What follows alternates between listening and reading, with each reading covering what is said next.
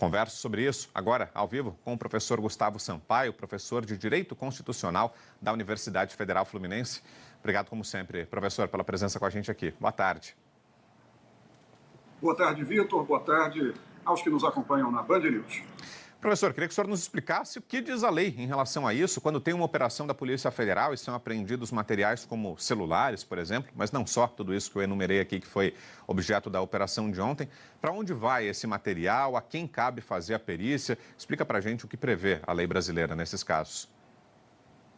A rigor, Vitor, toda apreensão determinada pelo Poder Judiciário, como foi o caso, para fim de investigação de possível prática de crime, todo produto do que for apreendido deve ser encaminhado ao órgão de polícia de investigação. É bom lembrar, no âmbito dos estados, a polícia de investigação é a chamada Polícia Civil, que investiga os crimes de competência da Justiça Estadual. Mas no âmbito da União, como é o caso aqui no que falamos do escândalo do Banco Master, a autoridade de investigação é a Polícia Federal. E o sistema de justiça criminal, ele é tripartido, Vitor.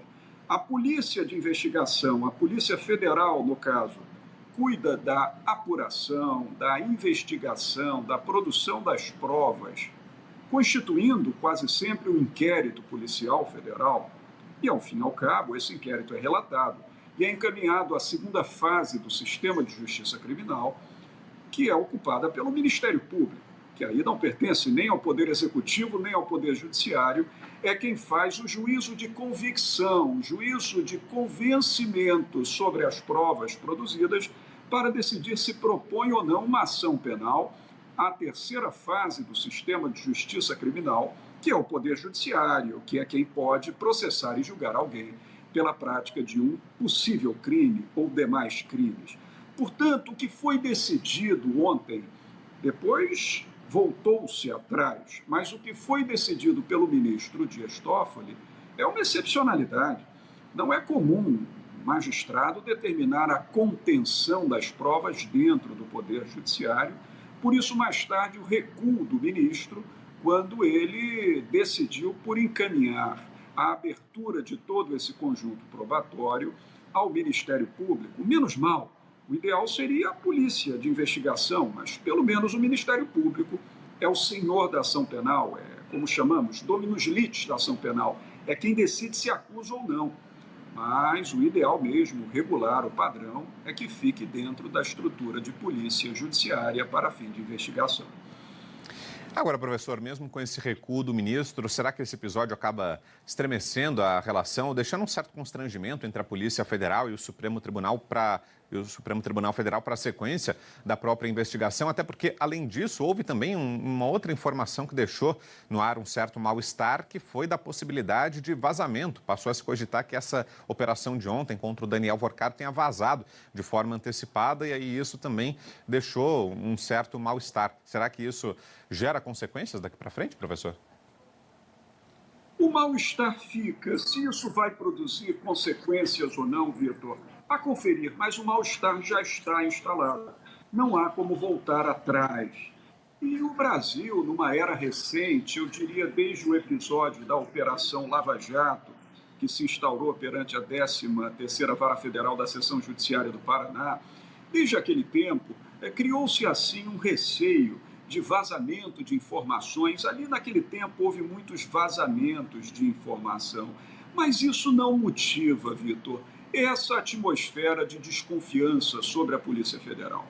A Polícia Federal é um órgão de investigação com atribuições previstas no artigo 144, parágrafo 1º da Constituição da República e vem prestando nas últimas décadas um excelente serviço à nação brasileira, um produto muito importante de apuração de prática de crimes contra bens, serviços ou interesse da União e de suas entidades autárquicas, empresas públicas, vem trazendo resultados importantes na investigação de crimes contra o sistema financeiro nacional, contra a organização do trabalho, contra a ordem econômica.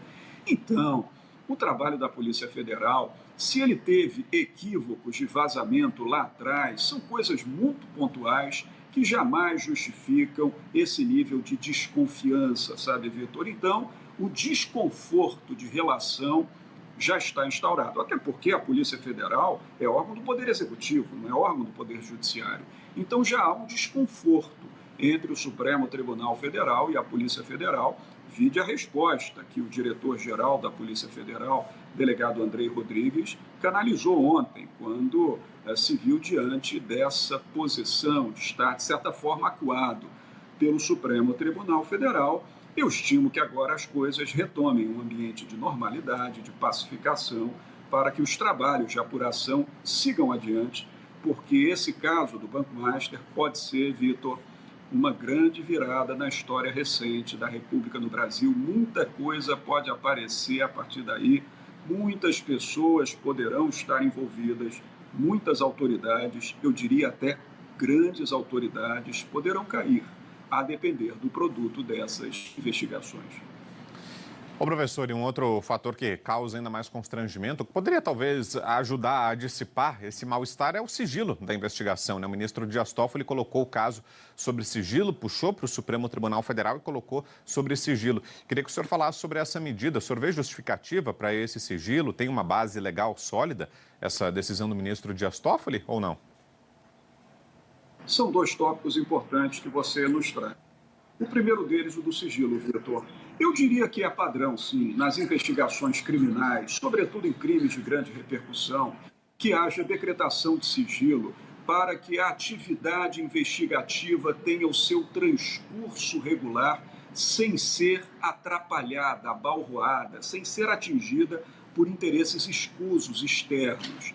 Mas o modelo democrático, o sistema democrático, ele se baseia na premissa da máxima transparência, não é, Vitor? Então, quando possível, quando necessário, é preciso levantar o sigilo, é preciso quebrar o sigilo e dar transparência, porque esse caso do Banco Master é um caso de repercussão nacional, cujo conhecimento dos fatos interessa a toda a nacionalidade brasileira. Então, seria importante, até para maiores apurações jornalísticas, para que possamos todos, cidadãos, fazer o julgamento em torno do que está acontecendo, que se houvesse sigilo, que não fosse nesse patamar máximo de segredo, que acaba fazendo com que todos nós fiquemos apenas no campo da especulação, não da certeza.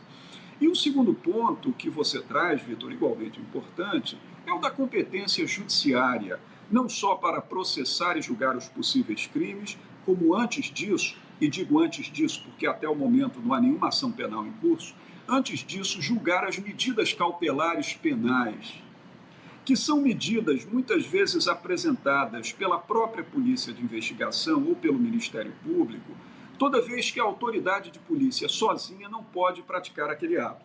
Por exemplo, uma busca e apreensão de computadores, de documentos, uma prisão preventiva, uma prisão na modalidade temporária, por exemplo. Quando isso acontece, é preciso controle judicial. E a grande dúvida, o grande incômodo hoje, que verifico na comunidade jurídica nacional, dialogando com colegas, com juristas, com analistas, Vitor, é que essa competência, a priori, é da Vara Federal, em primeira instância. Tanto que quando o Banco Central do Brasil, lá atrás, verificou estranhezas, no caso do Banco Master, ele cientificou a Polícia Federal para a tomada de providências de investigação. A Polícia Federal se reportou ao Ministério Público Federal, que logo propôs algumas medidas cautelares à Vara Federal em primeira instância, que é onde tudo deveria estar tramitando, Vitor. Mas o Supremo Tribunal verificou que, como havia um deputado federal que havia celebrado um contrato com o Banco Master, que sequer era objeto da investigação, que como quem tem autoridade para processar e julgar deputados federais na prerrogativa de foro é o Supremo Tribunal, que todo esse caso deveria alçar voo ao Supremo Tribunal Federal. Mas espera lá, faria sentido se esse contrato celebrado por esse deputado tivesse uma relação direta com o objeto da investigação. Me parece que a gente perdeu o contato. O professor Gustavo Sampaio estava aqui com a gente falando sobre essa queda de braço entre Supremo e Polícia Federal no caso do Banco Master. Agora sim, está de volta. Professor, pode concluir, por favor. Apenas para concluir, Vitor.